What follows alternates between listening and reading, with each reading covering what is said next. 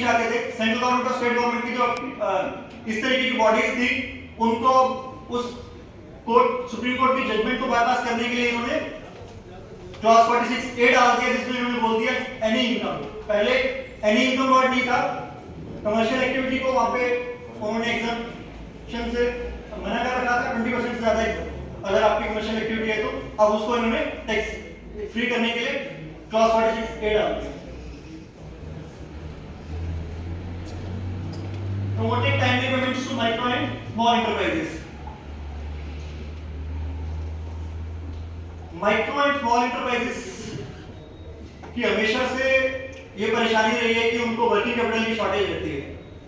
उसको स्ट्रीमलाइन करने के लिए सेक्शन 43B, इसका शायद हम सबको आइडिया होगा, whether we are into job or practice, ESI, PF, bank के इंटरेस्ट की पेमेंट्स अगर हम टाइमली नहीं करते तो इनकम टैक्स में अलाउड नहीं होती।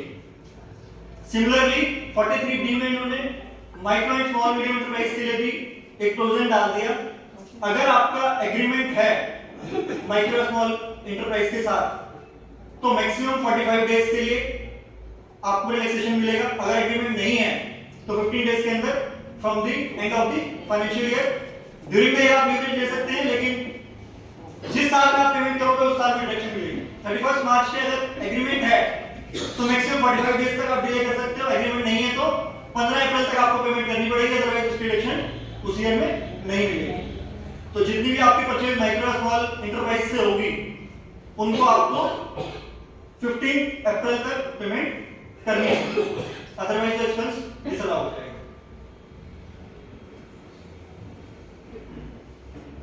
80G में ये 3 फंड इन्होंने अब हटा दिए। पहले 100% डिडक्शन में आते थे, Jawaharlal Nehru memorial fund, Indira Gandhi memorial trust और राजीव गांधी फाउंडेशन। इस पे कोई पॉलिटिकल स्टेटमेंट मैं नहीं देना चाहूंगा, बट अब इन ट्रस्ट को डोनेशन अगर आप दोगे तो उस पे कोई डिडक्शन आपको नहीं मिलेगी। 50% भी नहीं मिलेगी सर? कुछ भी नहीं मिलेगा, 80G से हटा दिया। तीनों नाम वाले बनेंगे जो अगर आपने पढ़ते थे तो याद करते होंगे। जवाहरलाल नेहरू, उनकी बेटी इंदिरा गांधी और उनका बेटा राजीव गांधी, और इसके अलावा एक नेशनल ड्रॉट रिलीफ फंड, और वो सारे आज भी हैं। जो नाम से थे 3 ही थे, तो वो तीनों हटा दिए। रीजन इसका ये भी हो सकता है कि इनके ट्रस्टीज जो थे फैमिली थी, सोनिया गांधी एंड उनकी फैमिली ही इनको आज भी मैनेज कर रही थी। पीछे MHA भी काफी टाइम से इनको ऑब्जर्व कर रहा था। Increasing the threshold limit for presumptive taxation schemes. Presumptive taxation हम लोगों को मालूम होगा, हम लोग भी शायद अगर रिटर्नशिप में होंगे तो 44AD में अपनी रिटर्न भरते होंगे। अभी तक उसकी लिमिट थी 50 लाख, अब उसको बढ़ा करके 75 लाख कर दिया, और 44AD में जो अभी तक लिमिट थी 2 करोड़ की, उसको बढ़ा करके 3 करोड़ कर दिया। कंडीशन वही है, 5% से ज्यादा कैश रिसीट्स नहीं होनी चाहिए।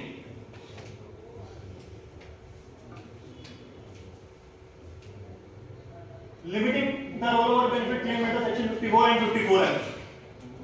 Just like life insurance policy के केस में क्या था, सुपर रिच पॉलिसीज मतलब इंश्योरेंस पॉलिसीज ले लेते थे, या क्या होता था कैपिटल गेन में मालूम है लॉन्ग टर्म कैपिटल गेन कब होता है, अगर 3 साल के बाद प्रॉपर्टी को सेल किया तो लॉन्ग टर्म कैपिटल गेन होता है।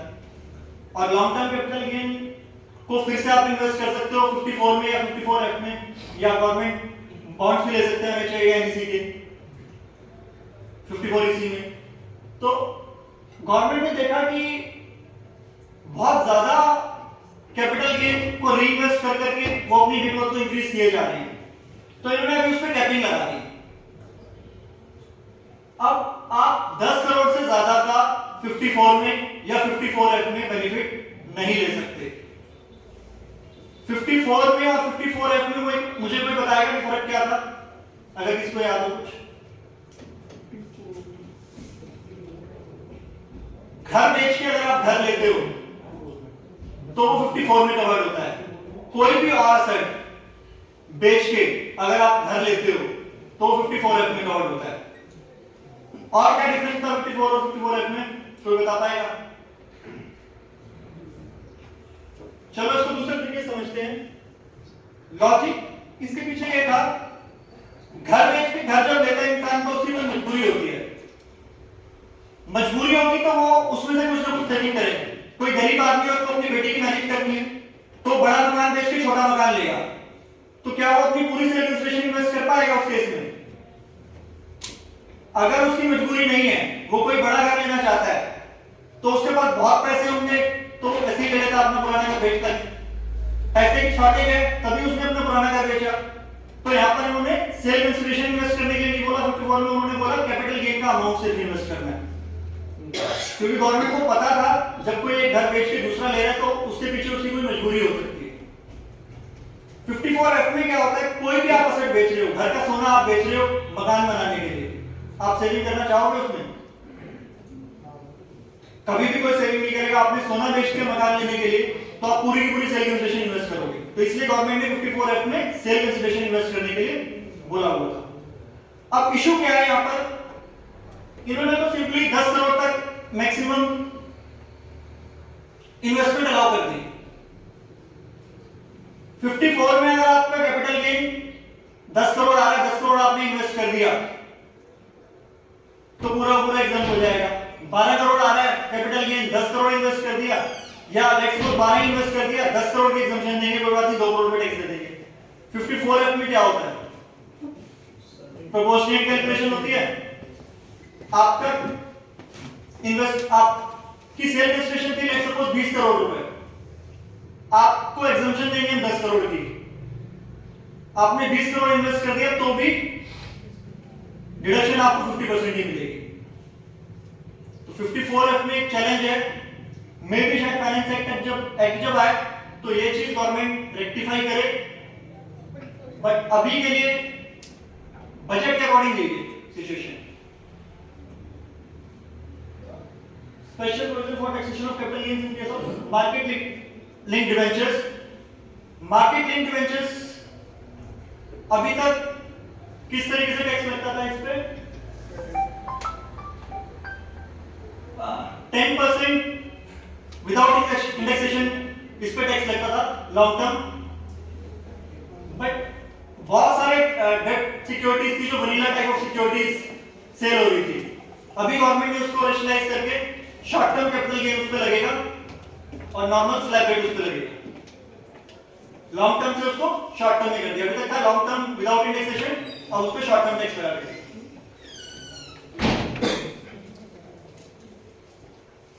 Conversion of gold to electronic receipts और वाइस वर्सा, इसको ट्रांसफर की डेफिनेशन से हटा दिया एक तो गवर्नमेंट ने, दूसरा जब हम ट्रांसफर करेंगे तो कैपिटल गेन इस पे नहीं लगेगा, और पीरियड ऑफ होल्डिंग भी जो होगा, जब आप गोल्ड को गोल्ड इलेक्ट्रॉनिक गोल्ड रिसिप्ट में कन्वर्ट करोगे तो पीरियड ऑफ होल्डिंग आपका पीछे से माना जाएगा जब आपने एक्चुअल गोल्ड परचेज किया था, और वैसे वर्सा विल बी द केस जब आप इलेक्ट्रॉनिक गोल्ड रिसिप्ट को गोल्ड में वापस कन्वर्ट करोगे तो जब आपने इलेक्ट्रॉनिक गोल्ड रिसिप्ट ली थी तब से पीरियड ऑफ होल्डिंग काउंट होगा। इसको गोल्ड को ट्रेड में लाने के लिए गवर्नमेंट ने स्पेशलाइज किया है।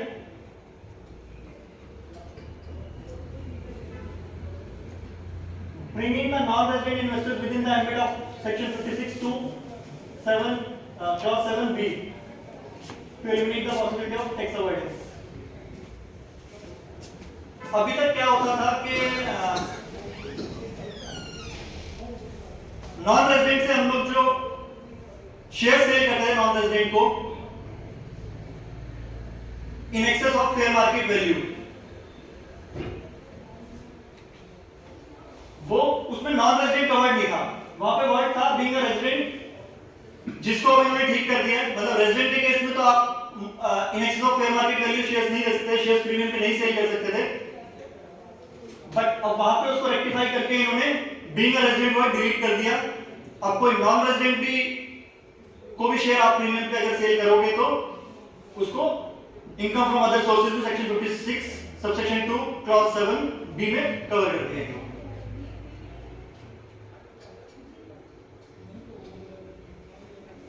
एक 10(1) की एग्जम्पशन थी एसईजेड के लिए, ऑल्दो ये खत्म हो गई लेकिन 15 साल तक एग्जम्पशन अवेल करते रहेंगे। इसमें एक लूप होल ये रह गया था कि ये टाइम पे रिटर्न नहीं भर रहे थे अपनी, और वहां पे कहीं ऐसा मैंडेट नहीं था कि टाइम पे रिटर्न भरनी है अगर एग्जम्पशन क्लेम करनी है। और दूसरा इसमें कमी ये थी कि फॉरेन एक्सचेंज जो है उसका कोई टाइम लिमिट स्पेसिफाइड नहीं था कि जो इनका एक्सपोर्ट है एसईजेड का वो कितने टाइम में आ जाना चाहिए, तो उसको भी उन्होंने स्पेसिफाई कर दिया कि within a period of 6 months from the end of the financial year वो रिसिप्ट आपके फॉरेन कन्वर्टेबल एक्सचेंज में आ जानी चाहिए। और जो रिटर्न है वो due date of ITR specified in section 139 subsection 1 में जो ड्यू डेट स्पेसिफाइड है उसमें आपको रिटर्न फाइल करनी है। तो ग्रेडेड रिटर्न अगर आप फाइल करोगे तो एग्जम्पशन आपकी चली जाएगी।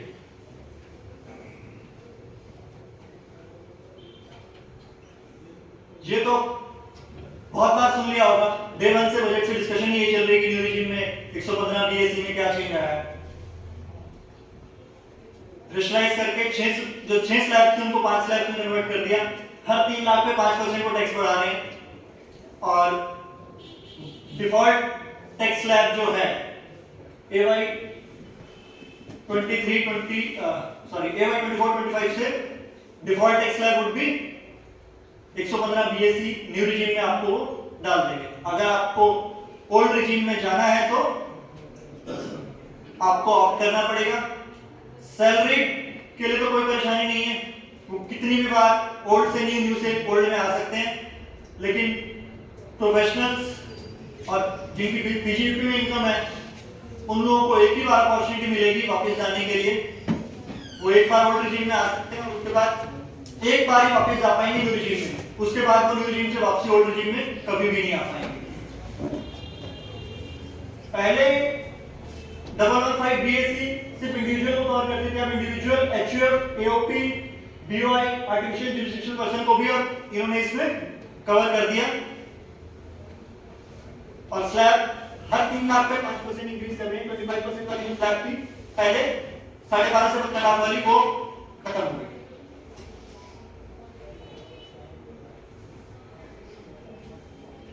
स्टैंडर्ड डिडक्शन जो ओल्ड रिजीम में मिला करती थी वो अब यहां पर भी मिलेगी। Family pension deduction 33.33% of 15,000 whichever is less यहां पर भी मिलेगी। डाउट है आपका कुछ? I think ऊपर असेसमेंट डेट 2023 24 के 24 25 नहीं है 24 25 की है वो शायद। हाँ बैलेंस शीट मिस्टेक हो गई होगी।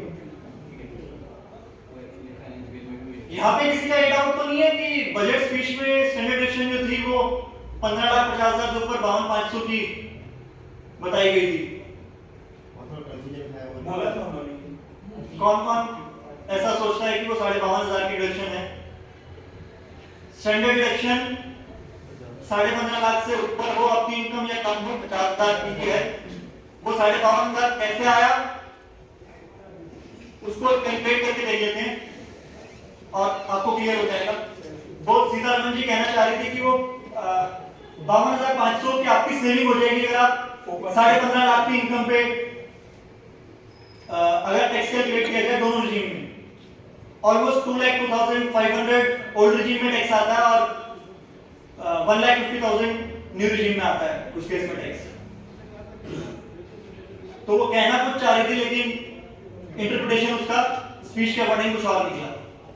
52,500 की कोई स्टैंडर्ड डिडक्शन नहीं है। स्टैंडर्ड डिडक्शन दोनों रिजीम में सेम है 50,000 whether income is below 15.5 lakhs or it is above 15.5 lakhs। ये मैंने डिस्कस कर लिया है कि आप की बिजनेस इनकम है तो आपको एक ही बार अपॉर्चुनिटी मिलेगी ओल्ड से न्यू रिजीम में जाने की। और other than business salary class में आपको कितनी बार भी ओल्ड से न्यू से ओल्ड में आप जा सकते हैं।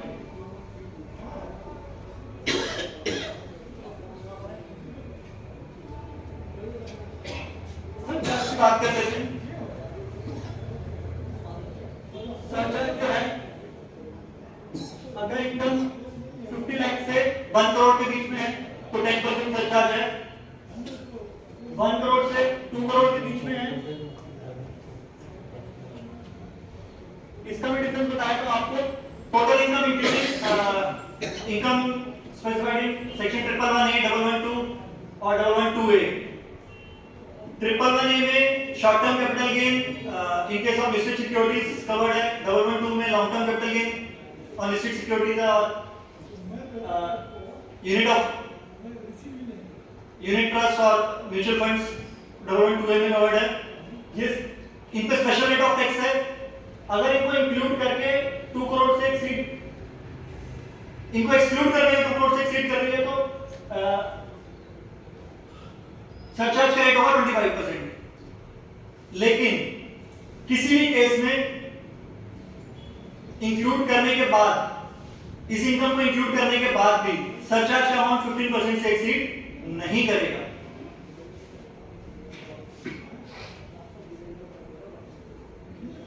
इन केस अगर एक्सीड करता है तो marginal relief will be given. Marginal relief का कांसेप्ट हमने 89 में, सेक्शन 89 में पढ़ा हुआ है। जितना भी एक्सेस अमाउंट होगा उसके आपको 89 में रिलीफ मिल जाएगी। और एक चीज,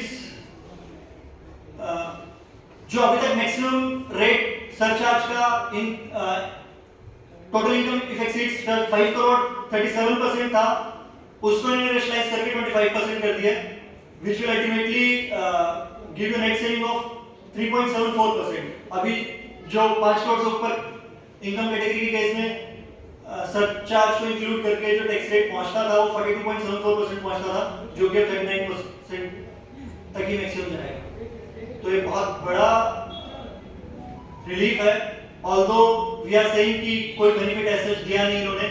जो 87A की रिबेट भी है वो 7 लाख तक दी, तो अभी भी हम 7 लाख तक कोई टैक्स दे नहीं रहे थे, क्योंकि 80C 80D ऑलमोस्ट सबके पास होता है, तो 7 लाख तक तो अभी भी हम टैक्स नहीं देते।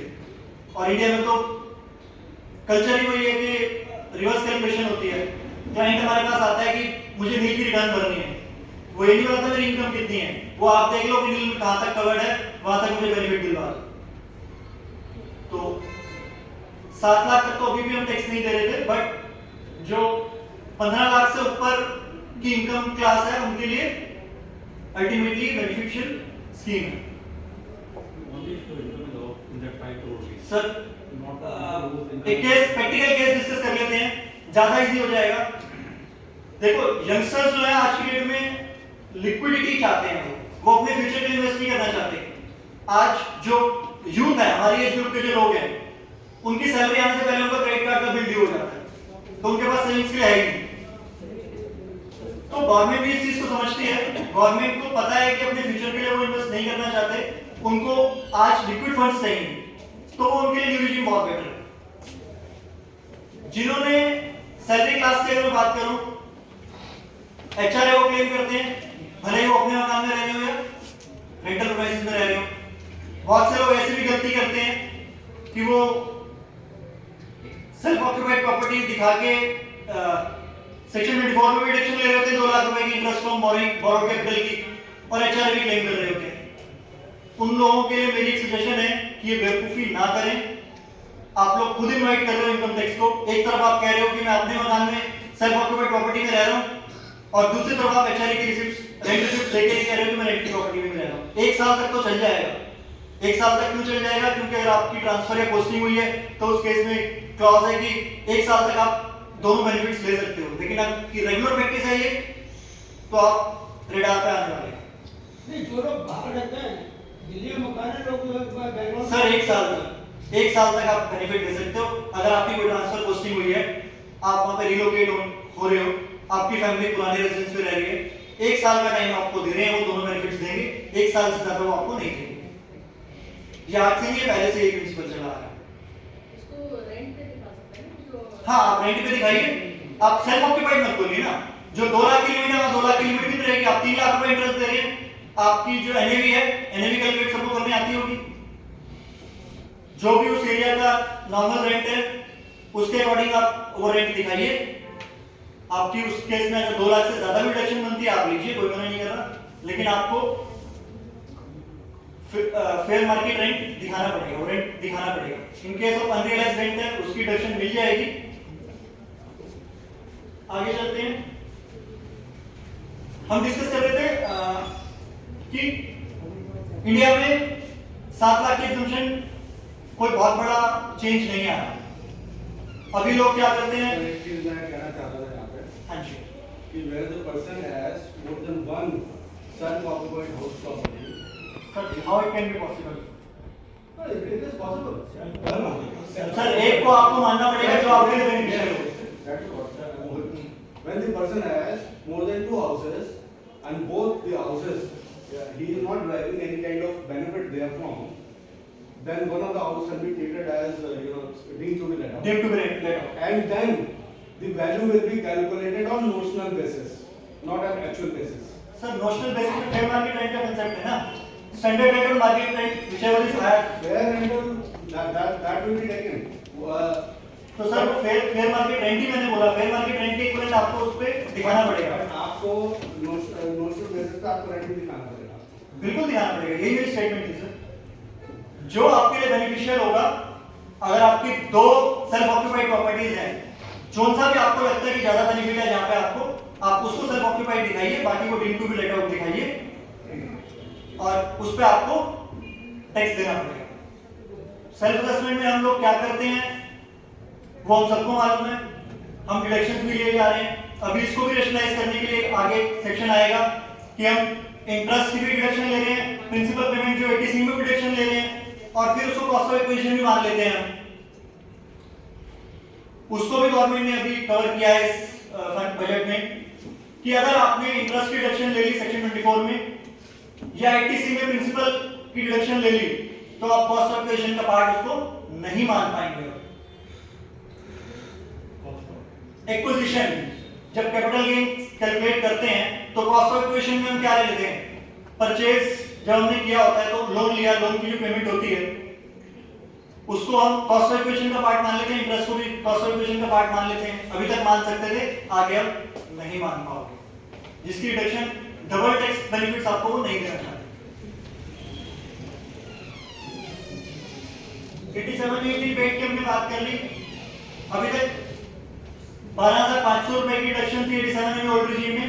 अब इन्होंने ये कह दिया कि 87A में न्यू रिजीम में 7 लाख रुपए तक कोई टैक्स नहीं देना। रिमूवल ऑफ, क्योंकि ये न्यू रिजीम में चाहते हैं कि सिंप्लीफाइड टैक्स स्ट्रक्चर हो, कोई डिडक्शंस कोई एग्जम्पशंस कुछ भी नहीं देना चाहते। सिमिलरली इन्होंने सेक्शन 10 क्लॉज 22B में न्यू एजेंसीज को जो एग्जम्पशंस थी वो भी विड्रॉ कर ली, जिस पे भी कोई पॉलिटिकल स्टेटमेंट ना हो तो ज्यादा बेटर है।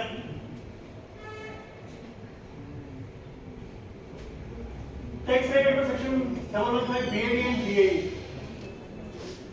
अभी ये कॉर्पोरेट्स को 15% जो भी स्टार्टअप्स के लिए सेक्शन आया था, जितने भी स्टार्टअप्स 31/3/23 तक मैन्युफैक्चरिंग एक्टिविटी अपनी स्टार्ट कर लेंगे, उन कंपनीज के लिए सेक्शन था, उनको concessional rate of tax 15% without any exemption और डिडक्शन वो आप कर सकते थे।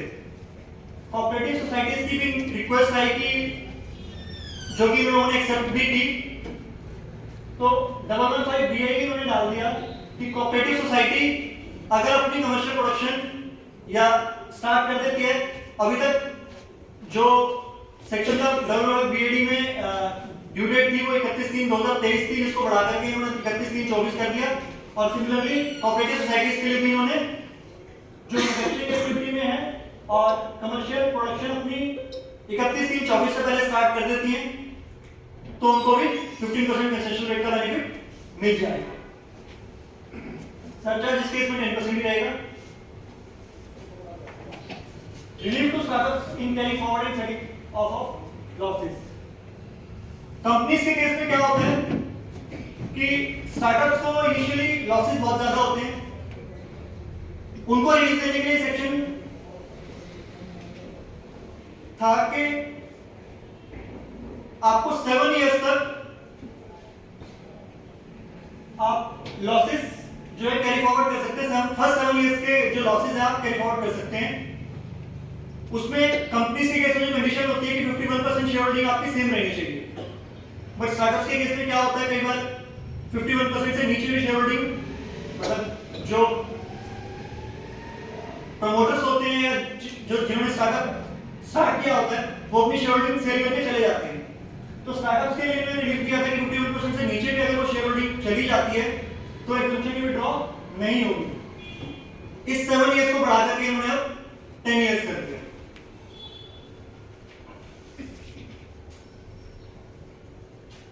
Extension of date of incorporation for individual startup for exemption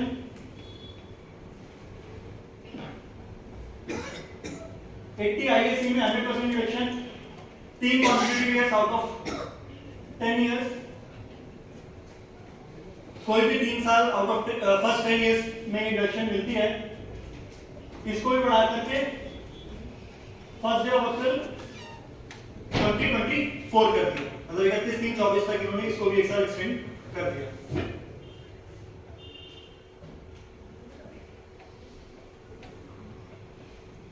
Ease including reduction on amortization of preliminary expenses।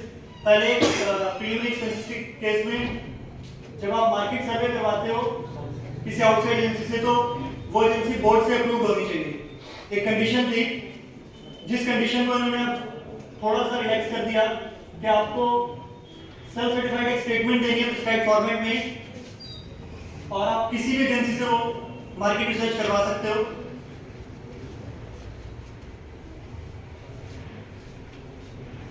ये डिस्कस ऑलरेडी मैंने कर लिया, डबल डिडक्शन नहीं देंगे। अगर आपने इंटरेस्ट ऑन बॉरोड कैपिटल और ईटीसी में प्रिंसिपल अमाउंट की डिडक्शन ले ली तो आप उसको कॉस्ट कैलकुलेशन का पार्ट नहीं मानेंगे। TDS on payment of accumulated balance due to an employee, अगर किसी एम्प्लॉय को आप प्रोविडेंट फंड दे रहे हो और उसके पास प्लान नहीं है, 50,000 तक तो कोई दिक्कत नहीं थी, लेकिन 50,000 से ऊपर अगर उसकी एक्यूमुलेटेड अमाउंट बनता है तो maximum marginal rate of tax पे वो 30% टैक्स कट जाता था, जिसको टैक्स करके इन्होंने 20% कर दिया है। मैं थोड़ा सा स्पीड अप कर रहा हूं क्योंकि टाइम लिमिट।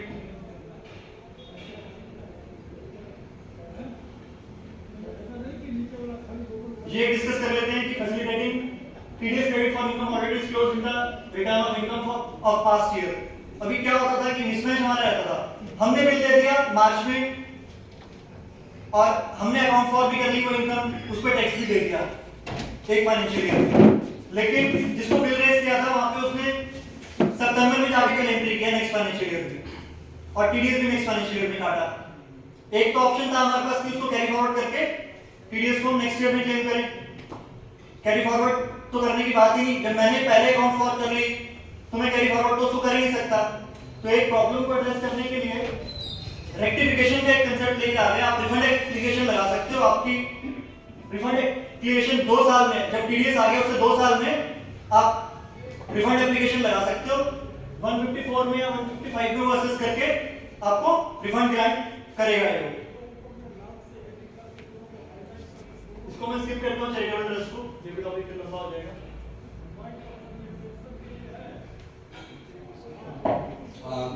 सभी को सुनना है थोड़ा सा। टीसीएस प्रोविजंस को डिस्कस कर लेते हैं।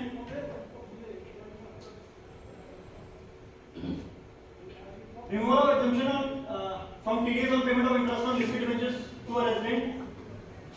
इंटरेस्ट की जो पेमेंट हमें मिलती थी लिस्टेड डिबेंचर्स पे, उस पे अभी कोई टीडीएस नहीं था और अभी जो हमें पता है कि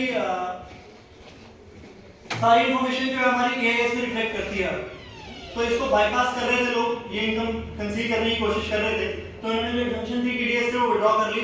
अब आपको कोई लिस्टेड डिबेंचर्स में भी इंटरेस्ट मिलेगा तो उस पे भी आपको टीडीएस कट के मिलेगा ताकि आप उसको कंसील ना कर पाए। TDS and tax liability on net winning for online games. अभी तक क्या इंसिडेंट था कि winning from lotteries, puzzles, crossword puzzles और हॉर्स रेस, इन सब पे 30% टैक्स था मालूम, और 10,000 से ऊपर की अगर आपकी कोई बेटिंग या विनिंग थी तो उसके ऊपर टीडीएस कटता था। ऑनलाइन गेमिंग में या बेटिंग में चालाकी लोग कर रहे थे कि 10,000 से कम की विनिंग्स को विड्रॉ कर लेते थे और इस टीडीएस के सेक्शन को बाईपास कर लेते थे। तो अब गवर्नमेंट ने बोल दिया हर विड्रॉल पे नहीं देखेंगे हम ड्यूरिंग द ईयर। अगर आप ड्यूरिंग द ईयर टोटल 31 मार्च को देखेंगे कितना आपकी विनिंग है, उस पर टीडीएस कट जाएगा। In case of online gaming अगर आप पूरा साल विड्रॉ नहीं कर रहे तो भी ईयर एंड पे वो चेक कर लेंगे आपने विड्रॉ किया या नहीं किया। अगर आप विड्रॉ कर रहे तो विड्रॉ पे टीडीएस कट जाएगा, अगर आप विड्रॉ नहीं भी कर रहे तो 31 मार्च को आपका टीडीएस कट जाएगा। फॉरेन रेमिटेंस पे इन्होंने कुछ चेंजेस किए हैं। एजुकेशन लोन लेके अगर आप एजुकेशन के लिए बाहर जा रहे हैं, 7 लाख से ऊपर की रेमिटेंस होगी तो वही 0.5% टैक्स है।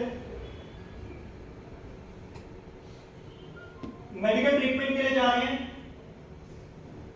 या विदाउट लोन के एजुकेशन के लिए जा रहे हैं, लोन ले लिया आपने पैसे से एजुकेशन के लिए जा रहे हैं तो 5% तो आपको इसके लिए एडिशनल अमाउंट चाहिए टीसीएस के लिए। ओवरसीज टूर पैकेज के लिए जा रहे हैं, घूमने के लिए बाहर जा रहे हैं, कोई थ्रेशोल्ड नहीं है, 20% टीसीएस आपसे रेमिटर कलेक्ट कर लेगा। एनी अदर केस में भी जो कि मैंने 5% था उसको बढ़ा करके 20% कर दिया।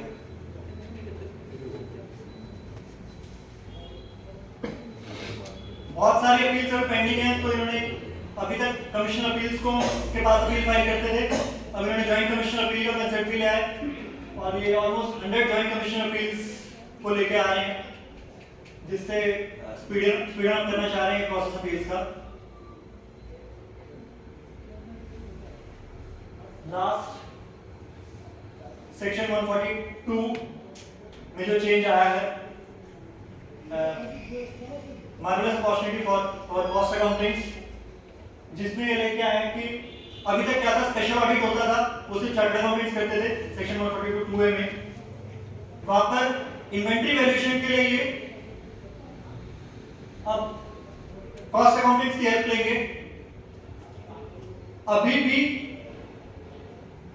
जो वैल्यूएशन हम लोगों को पता है इन्वेंट्री किस तरीके से होती है, अगर कोई फाइनेंशियल्स के टाइम पे पार्टिसिपेट करता होगा अपनी मैनेजमेंट के साथ तो 90% कंपनीज में जीपी की एडजस्टमेंट होती है स्टॉक के लिए। गलत कह रहा हूं? 90% कंपनीज में यही होता है, जबकि सेक्शन 145A आज भी है जिसमें वो कहते हैं आईसीडीएस के अकॉर्डिंग करनी चाहिए। उसमें अलग अलग रूल्स हैं कि क्रेडिट कार्ड इन्वर्ट, इवन हमारा खुद का कैश भी है, लेकिन एक्चुअल वैल्यूएशन जीपी के अकॉर्डिंग होती है। अब थोड़ा सा हमें कंपनीज के केस में, इवन इंडिविजुअल्स के केस में भी कॉशन लेनी पड़ेगी और वैल्यूएशन जो है एक्चुअल वैल्यूएशन, वेदर अगर आपके ऊपर कॉस्ट ऑडिट नहीं भी एप्लीकेबल, जहां कॉस्ट ऑडिट एप्लीकेबल है वहां तो valuation as per cost records होना ही चाहिए, जहां नहीं भी एप्लीकेबल एब्जॉर्प्शन कॉस्टिंग के बेसिस पे वैल्यूएशन होना चाहिए। हम इतना भी नहीं सोचते कि ओपनिंग स्टॉक की हमारी एवरेज प्राइस कुछ और आ रहा होता है, क्लोजिंग स्टॉक का बहुत ह्यूज डिफरेंस आ रहा होता है, बट हम तो जीपी के एडजस्टमेंट देखते हैं जो शायद आने वाले टाइम में हम नहीं चल पाएगा। अदरवाइज 142 सेक्शन,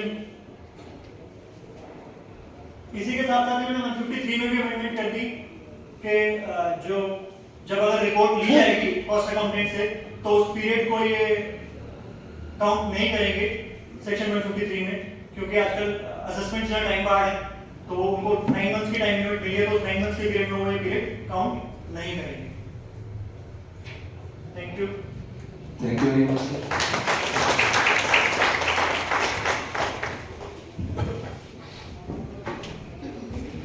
सुनना बहुत कुछ है, मुझे भी रिक्वेस्ट यही है अगले स्पीकर से कि